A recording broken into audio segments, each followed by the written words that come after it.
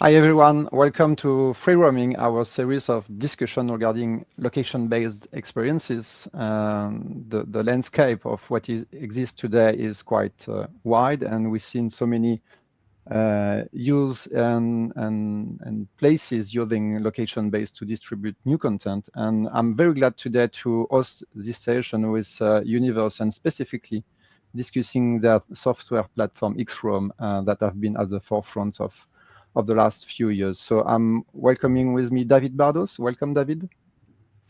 Welcome. Hi, Matthew. It's a pleasure to be here.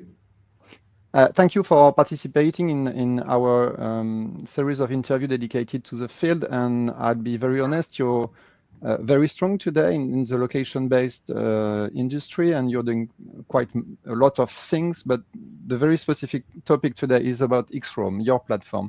Maybe before that, can you introduce us to Univrse and what you have been doing for the last few years in a few words? Sure. So Univrse started as a project. We saw the LBVR format, FreeRoam, large-scale, multi-user virtual reality as something so powerful that we would dedicate our professional life to this format to push its boundaries. So the first big question was like, okay, it's so impactful as a format, but where does it make sense to apply it? Where does it find the product market fit? So the first answer was art and culture, because these spaces, venues, high traffic venues were desperately seeking for new solutions to stay relevant in a context where Netflix and PlayStation and all these high adrenaline things are grabbing the attention of the audiences. So what can these places do? And LBVR is a great answer for that. On one hand, because of the throughput. On the other hand, because of the impact, like the biggest potential immersion that you can imagine today, stimulating all the senses, right? Touching objects, feeling some wind, the smell, and the huge space to roam where you discover your own body as an interaction. I walk somewhere and something happens, and most importantly, I'm with my friends, I'm with my family. And that aspect, the social aspect, I think that's what broke a little bit or cracked the main thing here, because VR has been traditionally as a format that was considered isolating, and all of a sudden you can hold the hand of someone, and you can hug someone, and you can feel the same things at the same time, and you can interact together. That opened up a new possibilities for us. So LBVR was the main thing. Everything around this format is Univrse. And we were one of the first companies in the world who thought that there is much more potential in this format than killing zombies. And obviously the business model of that kind of business, where the simultaneous users are quite limited, maybe 4, 6, 8, 10-ish. Back in time, that was closer to 4. And we saw that wow, in order to use a space, in order to build up an operation, we would need high throughput, 50, 80, 100 simultaneous users. And because of our DNA, the storytelling was a key thing. We are so much closer to tell stories and to touch emotionally than the traditional shooters or killing zombies. So that is the origin story of Univrse, the impact of the format and the application. And then in the very early days, we saw that any kind of LBVR experience requires a lot of technical knowledge, a lot of things working smoothly under the hood. And those things are quite shared. We need to be connected through avatars. We need hand tracking in order to make interaction smooth. We need loading scenes and manage the content in a very, very fluid way, so the experience is organic. And all these technical challenges, if you solve it on a project basis, what you have is most likely maybe a great content, but not a stable operation. So that is XRoam, basically. The first challenges that we faced, we channeled it into a framework, into a software solution, and step by step, we started to see that something that solves technical problems, when it evolves, it is a solution that covers the needs of the ecosystem, that starts with the content creator, but there are the promoters, the operators, the stakeholders, and to connect the dots is what XRoam does today. And we are happy to work with our partners that they use XRoam and they produce different things. Us as content creators, we focus very much on art and culture and entertainment. This is where we feel that our added value is the highest. However, the partner studios that use XRoam, they can work on the same field, even working into the same catalog than us, and then we can power the distribution or doing their things.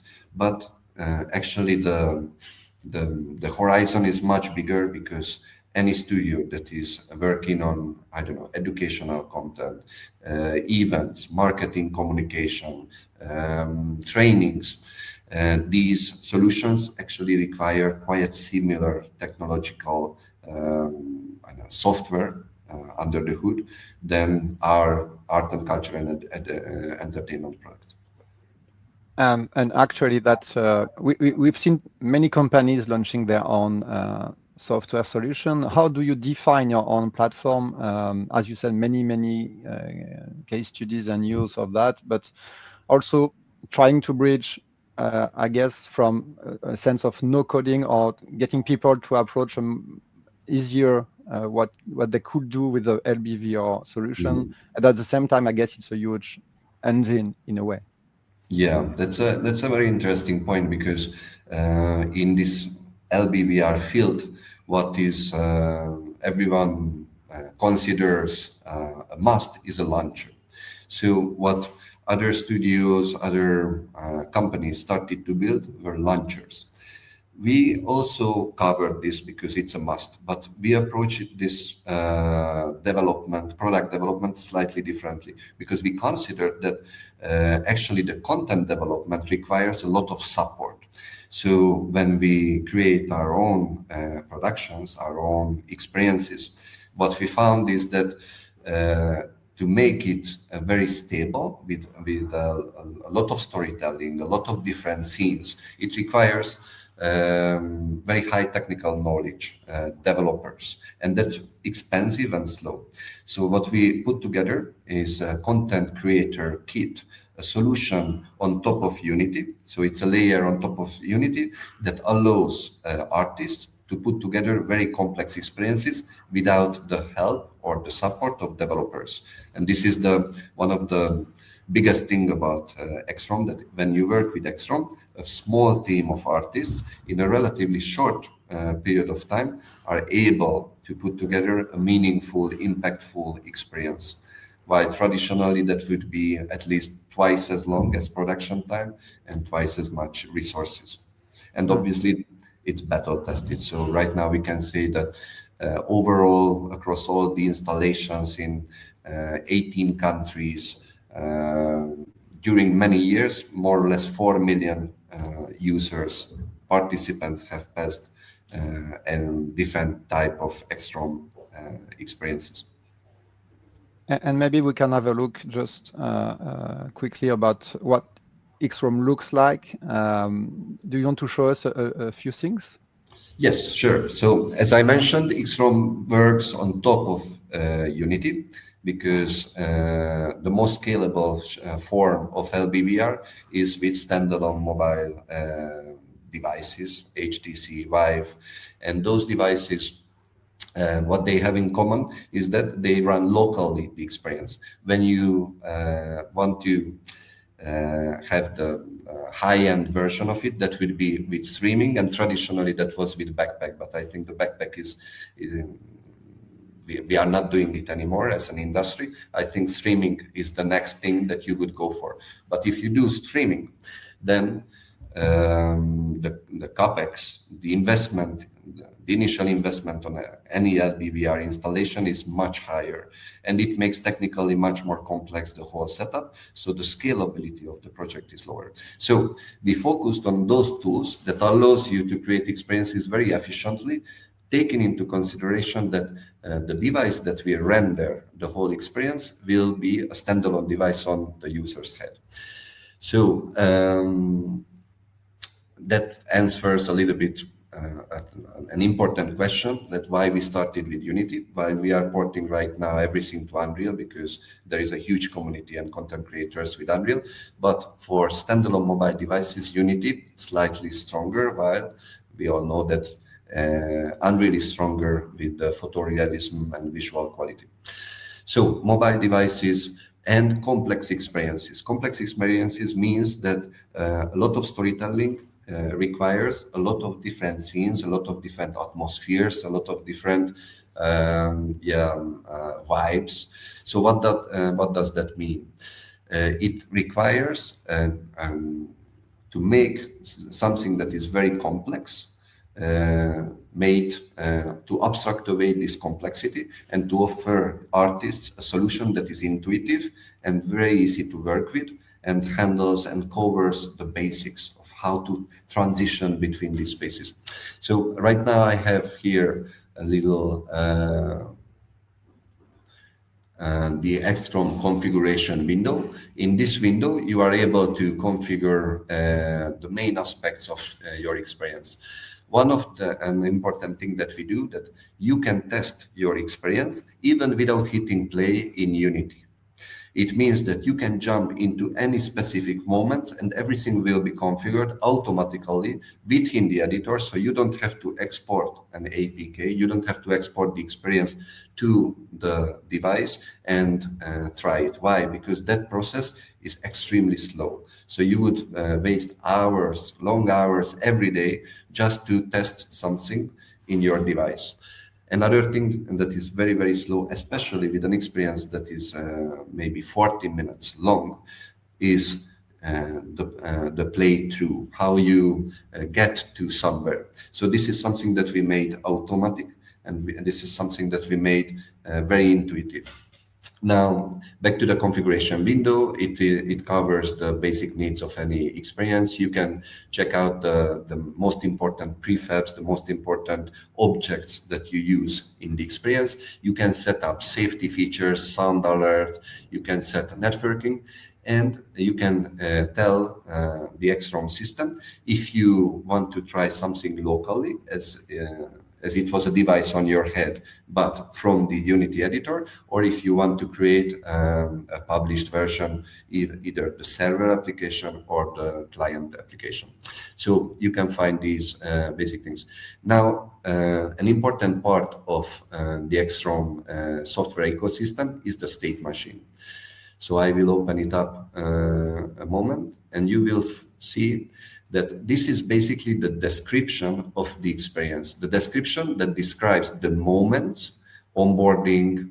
Right now, it's an important detail that right now we are looking at a project that is called Fairy Tales. It was produced by our internal studio, and it highlights a little bit the features, what is possible with XRoam. It was developed in 3 months with a team of 4 people. So that's another interesting fact why XRoam helps a lot, or how XRoam helps a lot content creators. So the different moments on the left describes the experience. On the right, we can see what are the scenes and what are the different actions that we want to do when that moment happens. So in any time, for example, let's find Magic Forest. If I press the play button, the whole Unity editor and all the scenes and everything gets updated in order to visualize for the artist that moment. Another interesting thing about storytelling, that it can be linear, or it can be like a decision tree with different options based on the user interaction. We support both of the topologies. And those, right now, this experience is a linear storytelling-based experience. So what you will see is a deep integration with the Unity timeline, where all these moments that you can see in the state machines are represented in the timeline. So you can see visually how long the different things and the different moments take. Now, sometimes, in order to get from one scene to the next one, we require user interaction. So imagine there is maybe a magic ball that when you touch it, everything turns into the next scene. So this is represented on the timeline, where you can see this little red line on the bottom. It means that there is a condition to jump into the next state, because we require user interaction or maybe time-based interaction and some kind of a condition. So this way you can understand pretty quickly the structure of the experience and what's going on. Another important thing with XRoam is all the integrated solutions in order to handle certain aspects of the experience that are always the same. So what do we want to happen when a user walks out of the area where they are supposed to be? So that is controlled by the walkable areas here. What is supposed to happen when we don't want to see someone even really close to us, but they are behind the wall, because the experience is divided just like a maze, for example. So that's visibility zones.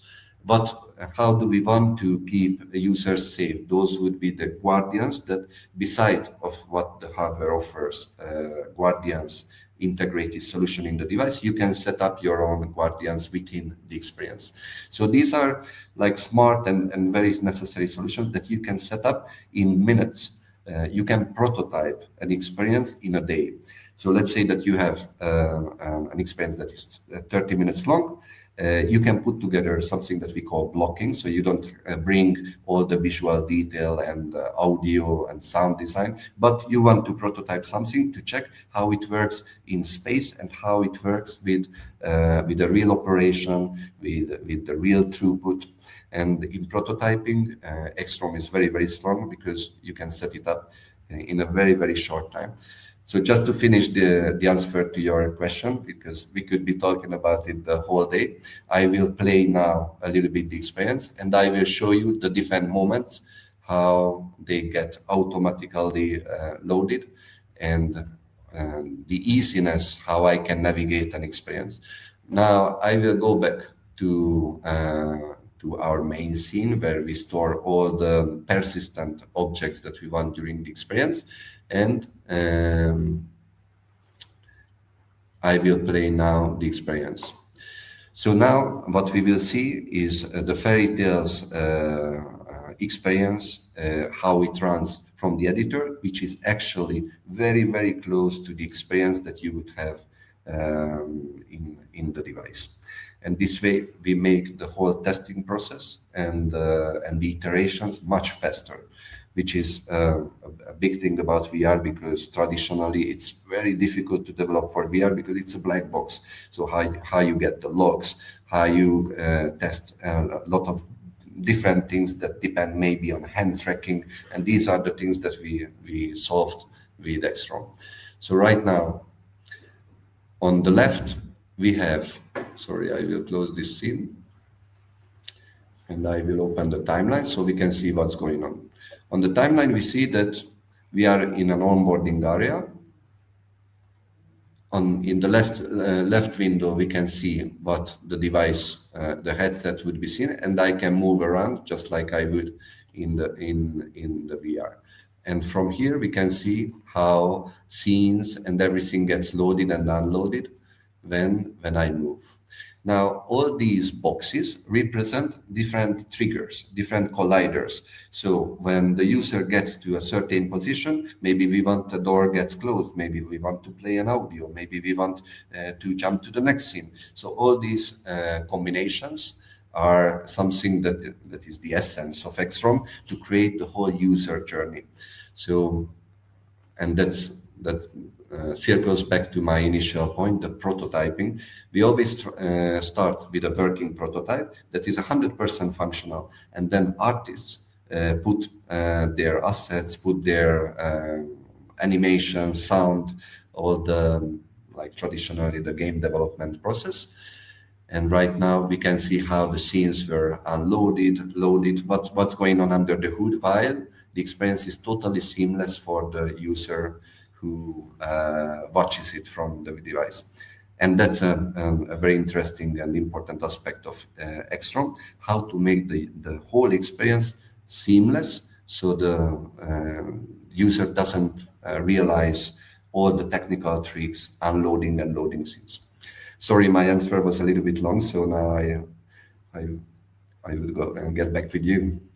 Yeah, thank you very much. It's fascinating and quite interesting to understand how the pipeline works and very smoothly apparently. So thanks for sharing that. Just to understand the use of the platform is dedicated to location-based experiences is also to understand the location themselves. Is what is standard for XRoam as a platform, and what do you need on a site-specific side? When you go for distribution, what is needed on site for every project? So the philosophy that we used for the whole XRoam creation is to make a software that is very agnostic in terms of hardware. So we can use any LBVR compatible hardware, and it's very agnostic in terms of type of venue and type of experiences. What does that mean? Sometimes experiences and the dynamic at the venue is continuous user flow. So you want to maximize the throughput of your venue. Maybe you want to do 2,000 visitors a day. So you just let people in, and they have to be very autonomous in terms of the user journey, and then eventually they get to the offboarding, they get off the headset, and next participant can go in.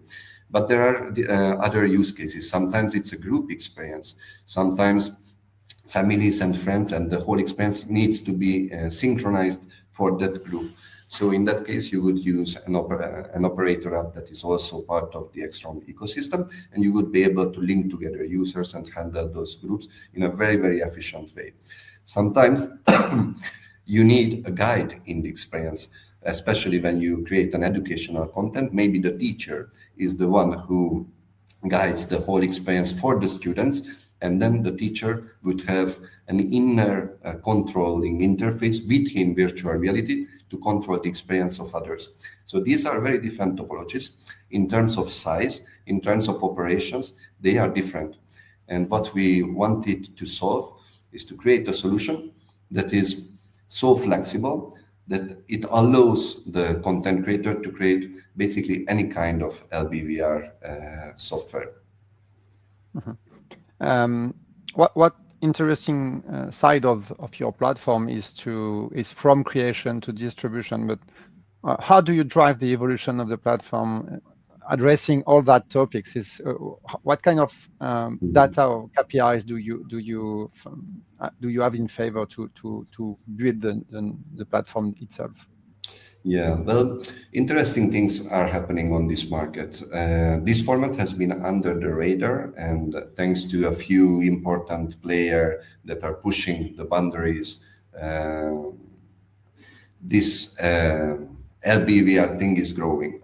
It means that even hero IPs are watching this space, what's going on, and there are some maybe crazy people, maybe not that crazy people, who think that actually this is some kind of a future of the cinema, because we all know that the cinema industry is going down. It's harder and harder to get audiences into the cinemas, but there is a new format that can help to repurpose that space and give a new reason why to go to those places. So one experience that is very important for us, but I think for the whole industry, is Black Mirror. Right now we are working on the Black Mirror experience, which will be launched really soon, in a couple of months.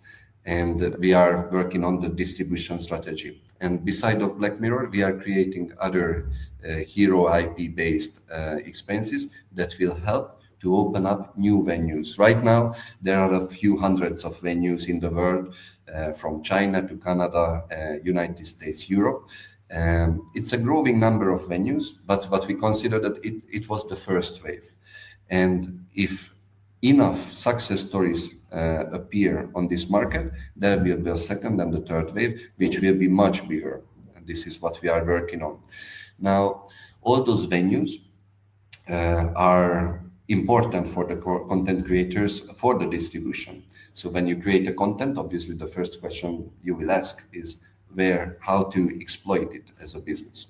In order to do that, venues and operators require an easy and intuitive solution, so they don't have to switch between different platforms. They don't have to learn different ways how to operate the content, because that's just not scalable. That's just not operators want.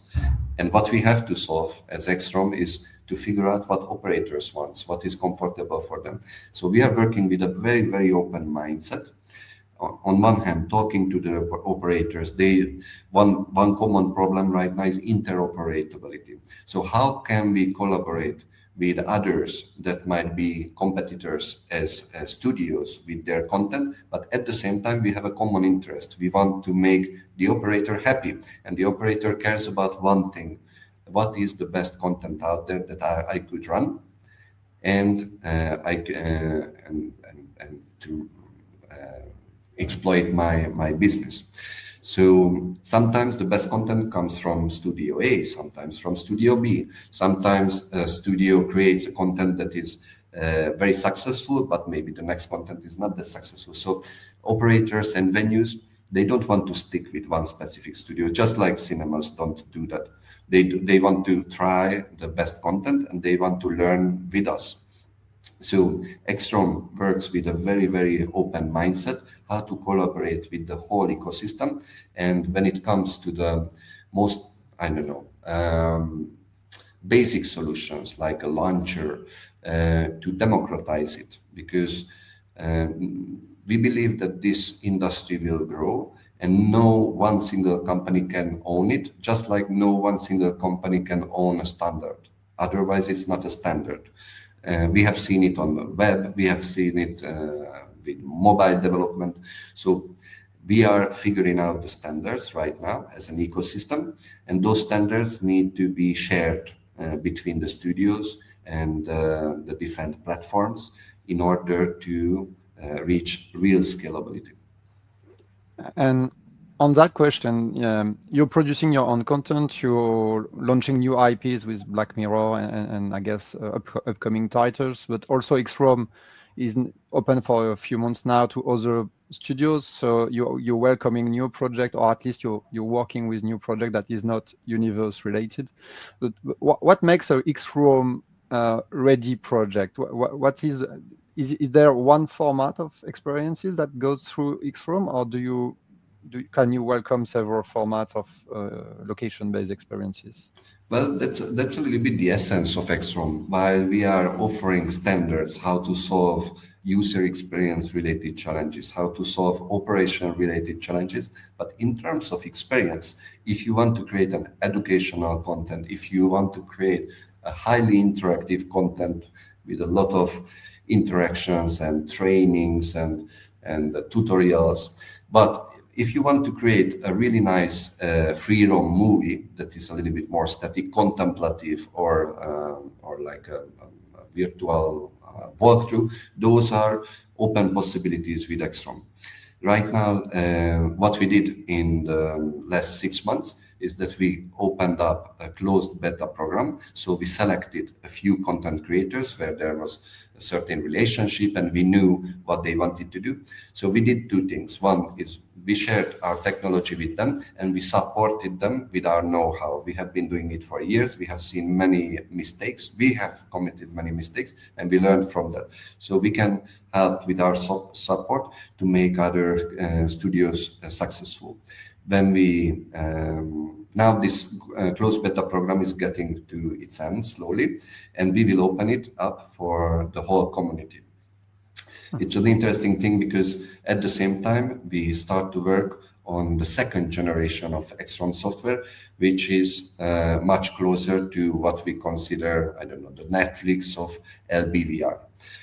We want to do it with a very, very open mindset, collaborating with others in order to reach a much bigger success for the whole industry.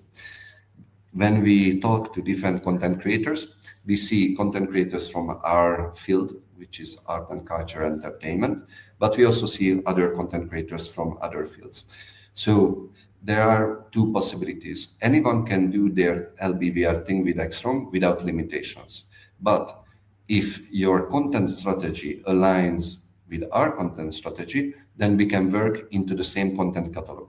When you talk to a venue and the venue, an operator decides to make an investment to turn a venue into an LBVR compatible venue, the first question obviously is that what's going to be the experience that will make this place successful.